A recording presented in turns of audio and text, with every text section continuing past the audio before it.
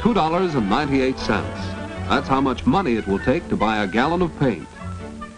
It's Friday morning and Tom Havens is to buy the paint after school today.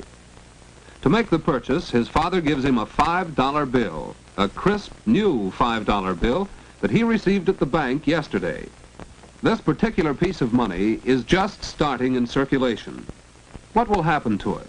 What will it be used for? What can money be used for? What is money, anyway? After school, the $5 bill goes to a hardware store where Tom uses it to buy the paint. This is one of the most common ways in which we all use money, as a medium of exchange for goods.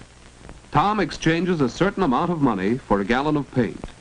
The clerk naturally accepts the money, and he gives Tom a smaller amount of money in change. And so the $5 bill has found its way into this cash register. But it doesn't stay long. It's to be used to pay Mr. Kelly an electric work he has just done in the store. The store is not paying for wire or fixtures, but special services. This is another use for money, as a medium of exchange for services as well as for good. The $5 bill is moving fast. That's because it's so convenient to use in business transactions. In fact, it's hard to imagine doing business without money.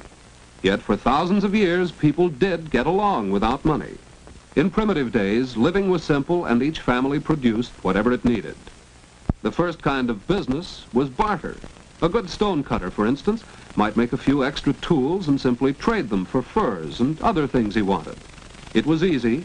There was no need for money. Even today, barter has its place. Not long ago, Tom Havens got a spotlight for his bike by trading a catcher's mitt for it. Swapping like this works well between friends. But what would you trade in a hardware store for a gallon of paint?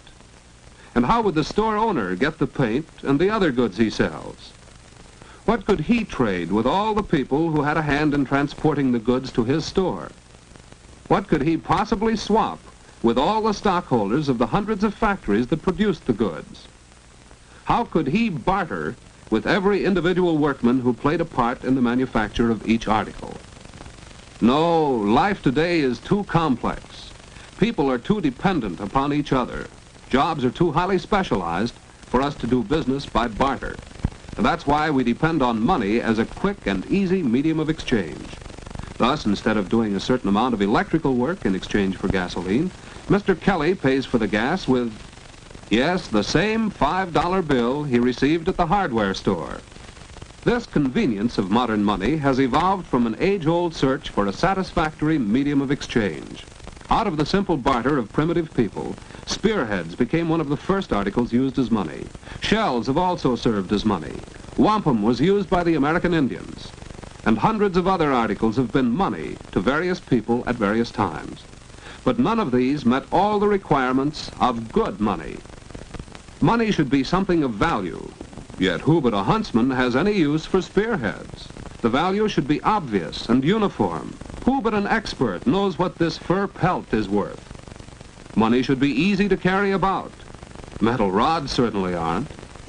Money should be divisible. How do you make change when the price is half a cow? Money should be durable. Too much salt money got caught in the rain. Out of such trying experiences, gold and silver emerged as the most durable, most convenient, most satisfactory money. For greater convenience, men started stamping out gold and silver coins with values imprinted on them. Later, governments took over the exclusive function of coining money, because unscrupulous men began to cover cheap metal discs with gold and silver plating.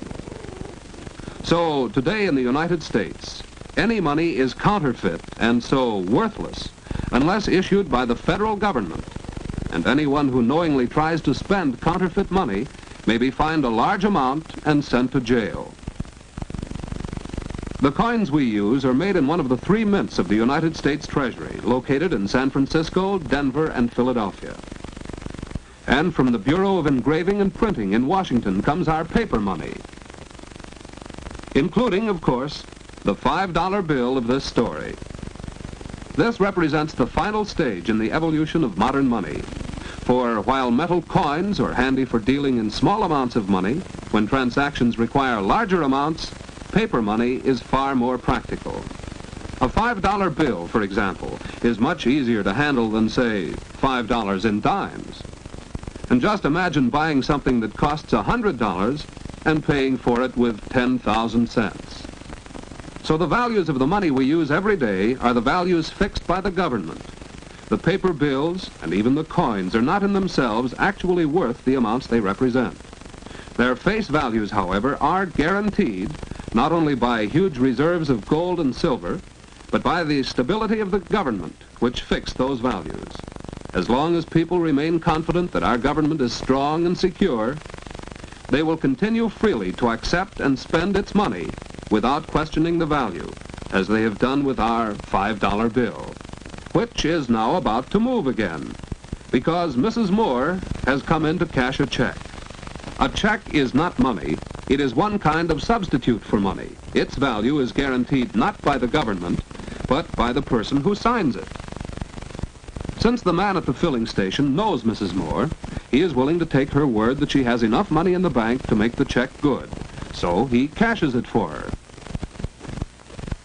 Saturday morning finds the $5 bill still in Mrs. Moore's purse. How will she use it? Good morning. May I help you? Yes. Can you tell me the price of those bookends in the window? Yes, that pair is $8.75 and most attractive. I'm afraid that's more than I care to spend. Do you have a cheaper pair? I do have one pair left that's an exceptional value. It's really worth $6.50, but it's on sale at just $5.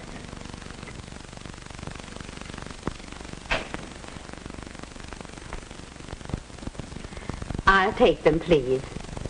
They're very good looking and certainly worth $5. Worth $5. Yes, since the value of our money is fixed by the government, we use it as a standard for measuring other values. So money is not only a medium of exchange, but also a standard of value. At 1 o'clock Saturday afternoon, the $5 bill is transferred from the cash register in the gift shop to the pay envelope of Virginia Height, the clerk who sold Mrs. Moore the bookends. And when Miss Height goes to spend the bill, she learns how money serves still another purpose. Hello. Do you want to make another payment on your radio? Well, yes. But I see the price has gone up since I bought it. Oh, don't worry about that. You have to pay only the original price of $30. Oh, I'm glad to hear that. Your balance is just $15. I was so sure the price when I bought it was only $30. So we see how money serves as a standard for future payments, a yardstick by which we measure the value of anything bought or sold to be paid for in the future. But what of the $5 bill? Soon its adventures take a strange turn. This radio shop is where Tom Havens works after school and on Saturdays. When he's finished his work for the week, he gets a $5 bill. As we have seen, it could be the same $5 bill his father gave him to buy the paint. And where did his father get it? From the bank, and it's going back there. Tom deposits the $5 bill in his savings account. He deposits his money every week, storing it up for his future needs. This way, he's using money as a storehouse of value. Thus, our $5 bill has completed one round trip from the bank and back. Tom first used it as a medium of exchange for goods. Mr. Kelly received it as a medium of exchange for services. It was convenient for him to carry around and use for any business transaction. And no one ever questioned that it was worth $5 because its value has been fixed and guaranteed by the government. When Mrs. Moore made her purchase, she used money as a standard of value. And Miss Height found that money is also a standard of future payments. When the bill returned to Tom, he used it as a storehouse of value.